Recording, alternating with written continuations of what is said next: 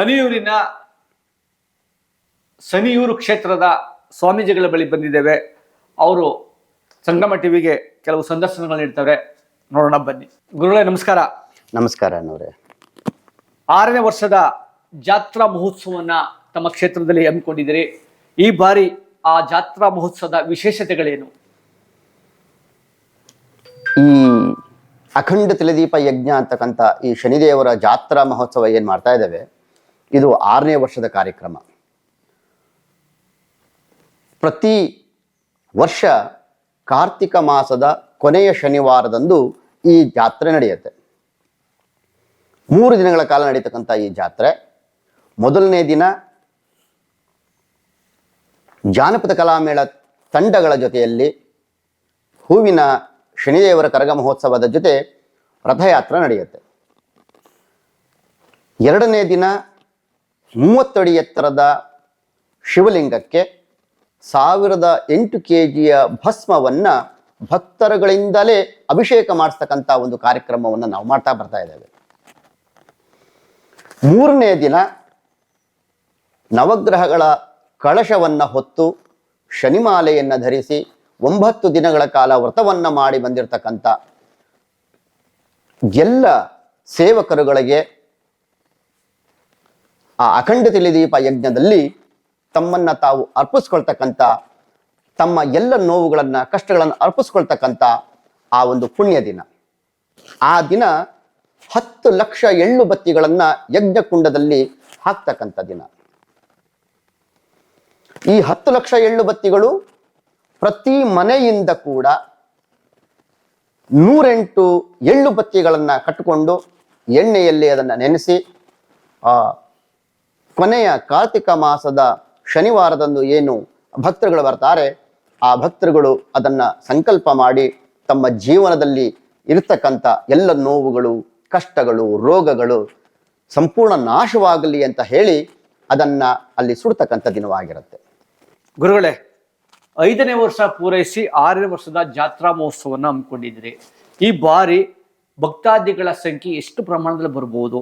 ಆ ಬರುವ ಭಕ್ತಾದಿಗಳಿಗೆ ಮೂಲಭೂತ ಸೌಕರ್ಯಗಳಾಗಿ ಬಂದ್ರೆ ದೇವರ ದರ್ಶನಕ್ಕೆ ಆಗುವಂಥ ಅನುಕೂಲ ಆಗ್ಬೋದು, ಪ್ರಸಾದ ವ್ಯವಸ್ಥೆ ಆಗ್ಬೋದು, ಅವ್ರಿಗೆ ಶಿಸ್ತುಬದ್ಧವಾಗಿ ಅವರ ರಕ್ಷಣೆನೇ ಯಾವ ರೀತಿ ಮಾಡ್ತೀರಿ?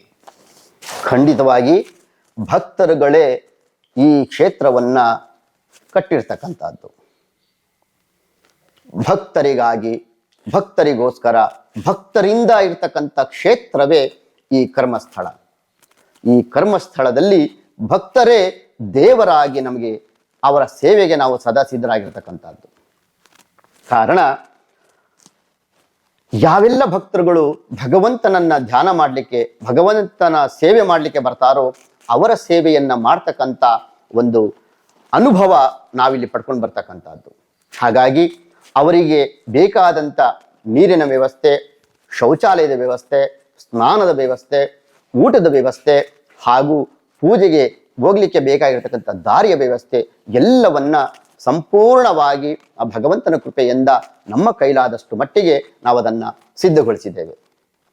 ಪ್ರತಿ ವರ್ಷವೂ ಹೆಚ್ಚು ಕಡಿಮೆ 10,000ಕ್ಕಿಂತ ಹೆಚ್ಚು ಭಕ್ತರು ಬಂದು ಈ 10 ಲಕ್ಷ ಎಳ್ಳು ಬತ್ತಿಗಳನ್ನ ಬೆಳಗಿಸ್ತಕ್ಕಂಥ ದಿನ ಅದಾಗಿರುತ್ತೆ.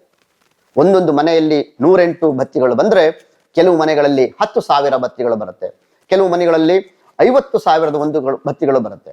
ಇನ್ನು ಕೆಲವರಂತೂ ಲಕ್ಷ ಲಕ್ಷ ಬತ್ತಿಗಳನ್ನ ಕಟ್ಟಿ ಆ ದಿನ ತಂದು ಆ ಒಂದು ಯಜ್ಞಕುಂಡದಲ್ಲಿ, ಯಾವ ಒಂದು ಯಜ್ಞಕುಂಡವನ್ನ ನಾವು ಇದಕ್ಕಾಗಿ ಮೀಸಲಿಟ್ಟಿದ್ದೇವೋ ಪ್ರತಿ ವರ್ಷ ಆ ಯಜ್ಞಕುಂಡದಲ್ಲಿ, ಈ ಮಹಾಯಜ್ಞದಲ್ಲಿ ತಾವು ಆ ಎಳ್ಳು ಪಟ್ಟಣಗಳನ್ನ ತಂದು ಅಲ್ಲಿ ಸುಡ್ತಕ್ಕಂಥ ಮಹಾಪುಣ್ಯದ ದಿನ ಇದಾಗಿದೆ.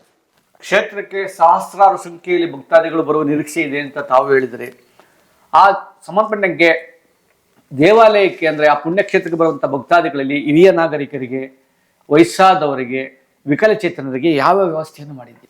ಹಿರಿಯರುಗಳಿಗೆ ಅಲ್ಲಿ ಕಷ್ಟ ಆಗ್ಲಿಕ್ಕಿಲ್ಲ, ಯಾಕಂದ್ರೆ ಅದು ಬೆಟ್ಟದ ಮೇಲಿಲ್ಲ. ಆರಾಮಾಗಿ ಫ್ಲೋರ್ ಮೇಲೆ ನಡ್ಕೊಂಡು ಬರ್ತಕ್ಕಂಥ ಒಂದು ಅವಕಾಶ ಅವರಿಗಿರುತ್ತೆ. ಮತ್ತೆ ನಮ್ಮಲ್ಲಿ ಸೇವಕರುಗಳಿರ್ತಾರೆ, ಅವರಿಗೆ ಸಹಾಯವನ್ನು ಮಾಡ್ತಾರೆ.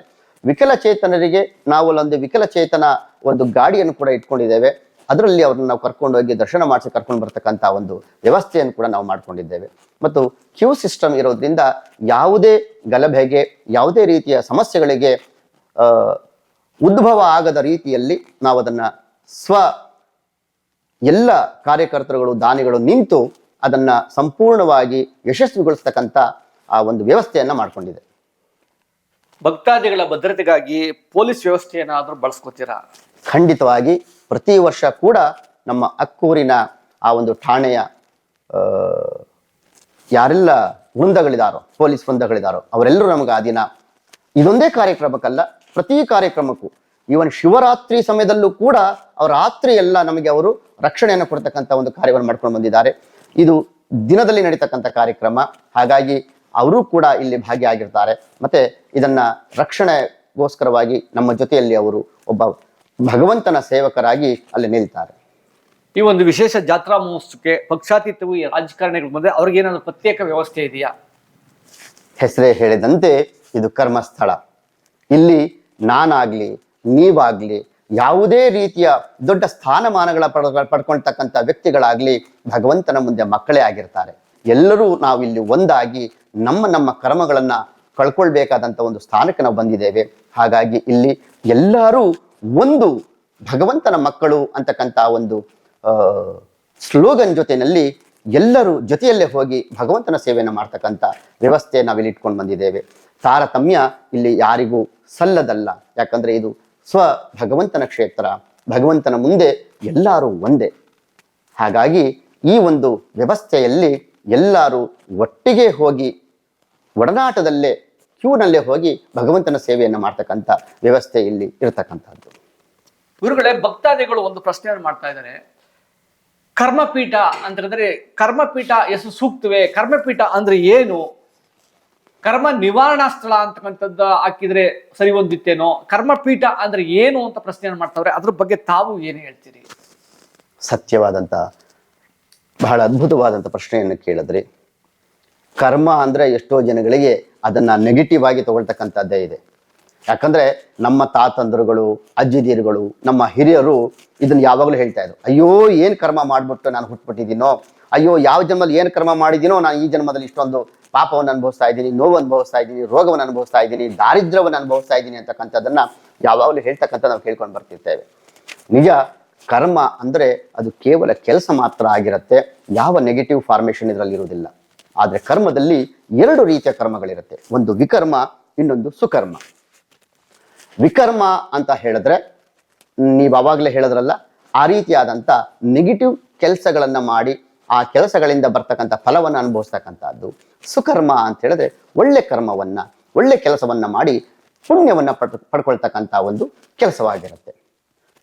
ಇಲ್ಲಿ ನಮ್ಮ ಕರ್ಮ ಪೂರ್ವ ಜನ್ಮದಿಂದ ಬಂದಿರತಕ್ಕಂಥ ಕರ್ಮ, ಹಿಂದಿನ ಜನ್ಮದಿಂದ ಬಂದಿರತಕ್ಕಂಥ ಕರ್ಮ, ಈ ಜನ್ಮದಲ್ಲಿ ಮಾಡ್ತಕ್ಕಂಥ ಕರ್ಮ, ಈ ಎಲ್ಲ ಕರ್ಮಗಳಿಗೂ ಮುಕ್ತಿ ಬೇಕಿದೆ. ಪಾಪಕರ್ಮಗಳು, ಆ ಪಾಪಕರ್ಮಗಳಿಗೆ ಮುಕ್ತಿ ನೀಡಲಿಕ್ಕೋಸ್ಕರವಾಗಿಯೇ ಸೃಷ್ಟಿಗೊಂಡಿರ್ತಕ್ಕಂಥ ಈ ಒಂದು ಕ್ಷೇತ್ರ ಕರ್ಮಸ್ಥಳ. ಆಸ್ತಿಕ ಬಂಧುಗಳಲ್ಲಿ ದೇವಾನು ದೇವತೆಗಳ ಪೈಕಿ ಶನೇಶ್ವರ ಸ್ವಾಮಿ ಬಗ್ಗೆ ಸಾಕಷ್ಟು ವಿಚಾರಗಳಿವೆ. ಅದರಲ್ಲೂ ಕೂಡ ಯಾವ ದೇವರುಗಳು ಕೂಡ ಭಯಭಕ್ತಿ ಇಲ್ಲದೇ ಇದ್ರೂ ಕೂಡ ಶನೇಶ್ವರನಿಗೆ ಭಯಭಕ್ತಿಯನ್ನು ತೋರ್ತಕ್ಕಂಥದ್ದು ಪ್ರಸಕ್ತವಾಗಿ ಎದುರಾಗುವುದು ಸಹಜ. ಆದರೆ ಶನೇಶ್ವರ ಅಂತಂದ್ರೆ ಎಲ್ಲೋ ಒಂದು ಕಡೆ ಎಂತಹ ಒಬ್ಬ ನಾಸ್ತಿಕನಾದ್ರೂ ಕೂಡ ಒಂದು ಕ್ಷಣ ನಿತ್ತಿ ಹೋಗುವಂತಹ ಒಂದು ಪರಿಸ್ಥಿತಿ ಇದೆ. ಶನೇಶ್ವರ ಅಂತಂದ್ರೆ ಏಕೆ ಅಷ್ಟೊಂದು ಭಯ? ಬಹಳ ಸಿಂಪಲ್. ಇದು ನಾವು ರಸ್ತೆಯಲ್ಲಿ ಕಾರು ಓಡಿಸ್ಕೊಂಡು ಹೋಗ್ತಾ ಇರ್ತೇವೆ, ಪೊಲೀಸರು ಅಡ್ಡ ಹಾಕಿದ ತಕ್ಷಣ ನಮಗೆ ಭಯ ಶುರು ಆಗ್ಬಿಡುತ್ತೆ. ಯಾಕಾಗತ್ತೆ? ನಮ್ಮಲ್ಲಿ ವೆಹಿಕಲ್ಗೆ ಸಂಬಂಧಪಟ್ಟಿದ್ದ ಡಾಕ್ಯುಮೆಂಟ್ಸ್ ಇರೋದಿಲ್ವೋ, ಅಥವಾ ನಮಗೆ ಚಾಲನೆಗೆ ಸಂಬಂಧಪಟ್ಟಿದ್ದ ಡಾಕ್ಯುಮೆಂಟ್ಸ್ ಇಲ್ಲ ಅಂತ ಹೇಳಿದ್ರೆ ನಮಗೆ ಭಯ ಇರುತ್ತೆ. ಒಂದು ವೇಳೆ ಎಲ್ಲ ನಮ್ಮೊಳಗೆ ಇತ್ತು ಅಂತಂದ್ರೆ ಯಾರೇ ಅಡ್ಡ ಹಾಕಿದ್ರು ನಾವು ಕೂತಲ್ಲಿ ಅವರಿಗೆ ತೋರಿಸಿ ನಾವು ನಮ್ಮ ಜರ್ನಿಯನ್ನ ಮುಂದುವರಿಸ್ತೇವೆ. ಕಿಂಚಿತ್ತು ವ್ಯತ್ಯಯ ಆದರೂ ಕೂಡ ನಾವು ಬಗ್ಲೇಬೇಕಾಗಿರ್ತಕ್ಕಂಥ ಆ ಒಂದು ಸ್ಥಾನನೇ ಈ ಭಗವಂತನ ಸ್ಥಾನ. ಗುರುಗಳೇ, 6ನೇ ವರ್ಷದ ಅದ್ದೂರಿ ಜಾತ್ರಾ ಮಹೋತ್ಸವವನ್ನು ಹಮ್ಮಿಕೊಂಡಿದ್ರಿ, ಈಗಾಗಲೇ ಎದುರಾಗ್ತಿದೆ. ಈ ಸಂದರ್ಭದಲ್ಲಿ ಭಕ್ತಾದಿಗಳು ದೇವರ ಕಾಣಿಕೆಯಾಗಿ ಅಥವಾ ದೇವರ ಒಂದು ಉತ್ಸವದಲ್ಲಿ ತಮ್ಮ ಕಾಣಿಕೆನ ಅರ್ಪಿಸಬೇಕಾಗ್ಲಿ ಅಥವಾ ಬೇರೆ ರೀತಿಯ ಮಾಹಿತಿ ಪಡಿಬೇಕಾಗ್ಲಿ ಯಾರನ್ನ ಸಂಪರ್ಕಿಸಬೇಕು? ಇಲ್ಲಿ ಯಾರನ್ನ ಯಾರು ಭೇಟಿ ಮಾಡಬೇಕಾದ ಅವಶ್ಯಕತೆ ಇಲ್ಲ. ಯಾಕಂದ್ರೆ ಕ್ಷೇತ್ರ ಬಹಳ ದೂರ ಏನಿಲ್ಲ.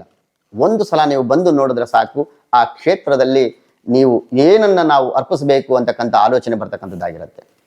ಮತ್ತೊಂದು, ನಿಮಗೆ ಈ ವ್ರತ ಹೇಗೆ ಮಾಡಬೇಕು, ಈ ಪೂಜೆ ಹೇಗೆ ಮಾಡಬೇಕು, ಎಷ್ಟು ಸಮಯದಲ್ಲಿ ನಾವು ಅಲ್ಲಿಗೆ ಬರಬೇಕಾಗಿರುತ್ತೆ, ಈ ರೀತಿಯಾದಂಥ ಸಂಶಯಗಳಿದ್ರೆ ಅದಕ್ಕೆ ಈ ಪರದ ಮೇಲೆ ಬರ್ತಕ್ಕಂಥ ಈ ಫೋನ್ ನಂಬರ್ಗೆ ಕರೆಯನ್ನ ಮಾಡಿ ಸಂಪೂರ್ಣ ವಿವರವನ್ನು ತಿಳ್ಕೊಳ್ಬಹುದು. ಈ ವರ್ಷದ ಅತ್ಯಂತ ವಿಶೇಷ ಅಲಂಕಾರ ಹೇಗಿರುತ್ತಪ್ಪ ಅಂತ ಹೇಳಿದ್ರೆ, ನಮ್ಮ ಆ ಶನಿದೇವರು 9 ಅಡಿ ಎತ್ತರದ ಕೃಷ್ಣ ಶಿಲೆಯಲ್ಲಿ ವಿರಾಜಮಾನವಾಗಿ ನಿಂತಿರ್ತಕ್ಕಂಥ ಆ ಶನಿದೇವರು ವಿಶ್ವರೂಪ ದರ್ಶನವನ್ನ ತೋರಿಸ್ತಕ್ಕಂಥ ಅತ್ಯಂತ ಪುಣ್ಯದ ಸುಂದರವಾದ ಮನ ಸೆಳೆಯುವಂಥ ದಿನವಾಗಿರುತ್ತೆ. ನವೆಂಬರ್ 15ನೇ ತಾರೀಕು ಬೆಳಿಗ್ಗೆ 10 ಗಂಟೆಗೆ ಬನ್ನಿ, ಆ ಭಗವಂತನ ದರ್ಶನ ಮಾಡ್ಕೊಳ್ಳಿ. ನಿಮ್ಮ ಎಲ್ಲ ಸಮಸ್ಯೆಗಳಿಗೆ, ಎಲ್ಲ ನೋವುಗಳಿಗೆ, ಎಲ್ಲ ರೀತಿಯ ಆ ದಾರಿದ್ರ್ಯಕ್ಕೆ ಮುಕ್ತಿಯನ್ನ ನೀಡಿ. ಎಲ್ರಿಗೂ ಶುಭವಾಗಲಿ. ಧನ್ಯವಾದಗಳು. ಜಯ ಶನಿದೇವ್.